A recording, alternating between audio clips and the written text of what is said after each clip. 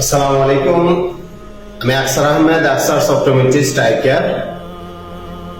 আজ আমি 5টা বিষয় নিয়ে কথা বলবো।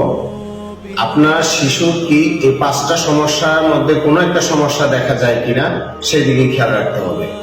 1 নাম্বার, আপনার বাচ্চা স্কুলে গেলে স্কুলে যে বোর্ড টিচাররা লেখে, এই বোর্ডে লেখা বা দূরে কোনো জিনিস দেখতে ঝাপসা দেখি কিনা এটা আপনি ইনশিওর হতে হবে।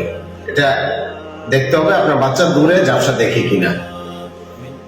2 নাম্বার হচ্ছে আপনার বাচ্চা প্রায়শই মাথা ব্যথা করে কিনা, এই জিনিসটা খেয়াল করতে হবে।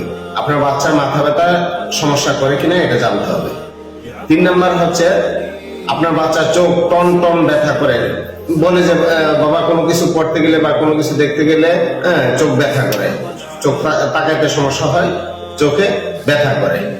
4 নাম্বার হচ্ছে টিভি সে দূরের থেকে দেখতে পারে না, কাছে গিয়ে এরকম চোখ ছোট করে দেখতে হয়, বা কাছে থেকে দেখে দূরের থেকে সে দেখতে পায় না, এই প্রবলেমটা বলে। এরকম সমস্যা আছে কিনা সেটা আপনার দেখতে হবে। ঠিক আছে। 4 নাম্বার হচ্ছে ওই যে যেটা বললাম যে স্কুলে বোর্ডে লেখা দেখতে সমস্যা হয় কিনা সেটা আপনার ইনশিওর হতে হবে। এই 5টা যদি আপনার বাচ্চার 5টার মধ্যে কোনো একটা সমস্যা থাকে তাহলে আপনার বাচ্চার মায়োপিয়া হওয়ার সম্ভাবনা থাকে। ঠিক আছে।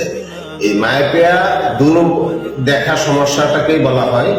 এই ধরনের সমস্যা যদি থাকে আপনার বাচ্চাকে অবশ্যই আপনার নিকটবর্তী চক্ষু ডাক্তারের শরণাপন্ন হতে হবে।